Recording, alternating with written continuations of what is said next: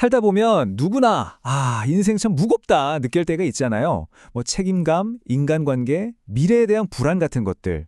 정말이지 거대한 짐을 등에 지고 터벅터벅 걷는 기분일 때가 있죠. 그런데 만약에요, 그 짐이 우리를 그냥 짓누르기만 하는 저주가 아니라 오히려 우리를 더 강하게 만들어주는 선물이 될 수도 있다면 어떨까요? 오늘 이야기는 바로 이 질문에서부터 시작해 보려고 합니다. 인생의 무거운 짐 앞에 딱 서면 우리 앞에는 크게 두 가지 길이 놓이는 것 같아요.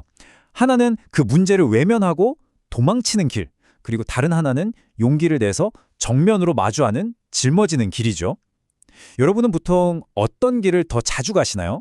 자, 그럼 먼저 솔직히 대부분의 사람들이 더 끌리는 길, 더 쉬워 보이는 그 길부터 한번 따라가 볼까요? 어려운 문제에서 일단 도망치고 나면 마음은 편하죠. 당장 부딪히지 않아도 되니까요. 살았다. 일단 오늘은 넘어갔다 하면서 스스로를 다독이죠. 근데요, 바로 이 순간의 안도감, 이게 바로 회피라는 덫이 가진 가장 강력한 미끼인 거예요. 근데 말이죠, 이 가벼움, 이게 진짜일까요?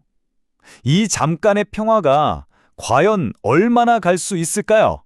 이 책에서 정말 기가 막힌 비유를 하나 드는데요. 그게 바로 마음의 빚이라는 개념이에요.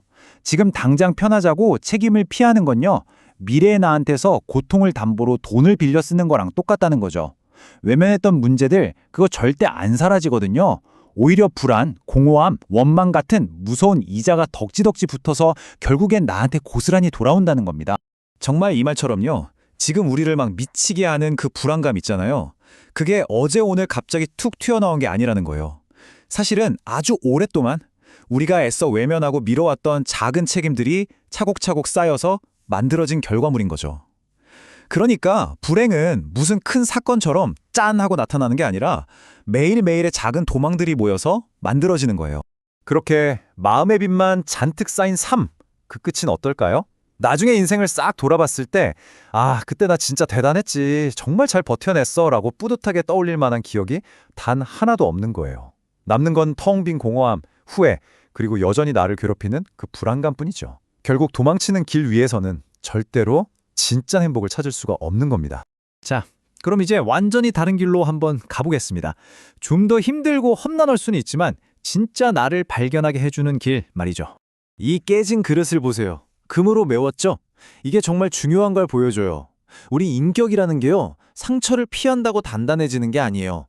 오히려 그 상처, 그 균열을 정면으로 딱 마주하고 내 손으로 직접 메워나갈 때 바로 그때 비로소 더 단단해지고 심지어 더 아름다워지는 거죠. 이게 바로 누가 해주는 어설픈 위로가 아니라 내 안에서부터 차오르는 진짜 자기 확신의 원천입니다.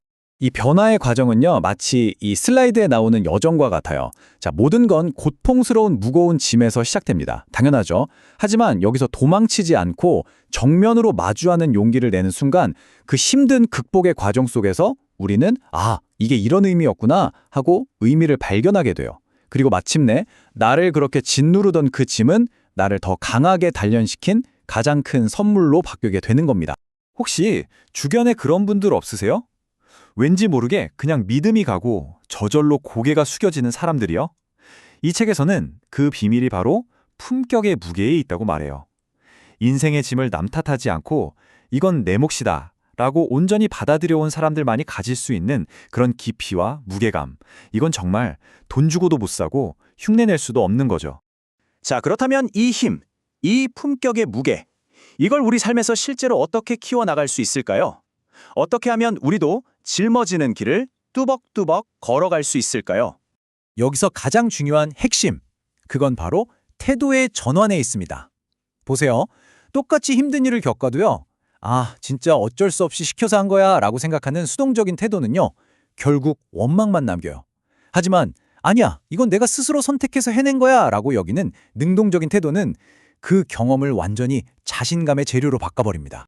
바로 이 차인 거예요. 수동적인 태도는 저 사람 때문에, 상황 때문에 이렇게 남 탓을 하면서 나의 소중한 에너지를 줄줄 새게 만들어요. 반면에 능동적인 태도는 내가 해냈다는 그 긍지와 함께 내면의 에너지를 꽉꽉 채워주죠. 결국 과거의 경험 자체보다 그 경험을 지금 내가 어떻게 해석하느냐가 우리의 현재, 그리고 미래까지 완전히 바꿔놓는다는 겁니다. 그렇다면 이 능동적인 태도 어떻게 가질 수 있을까요? 책에서 제시하는 3가지 원칙 아주 간단하고 강력합니다. 첫째, 도망치지 마세요. 일단 문제가 생기면 어떻게든 해결해보자고 덤비는 그 태도 자체가 자신감의 씨앗입니다. 둘째, 억지로 좋은 사람이 되려고 너무 애쓰지 마세요.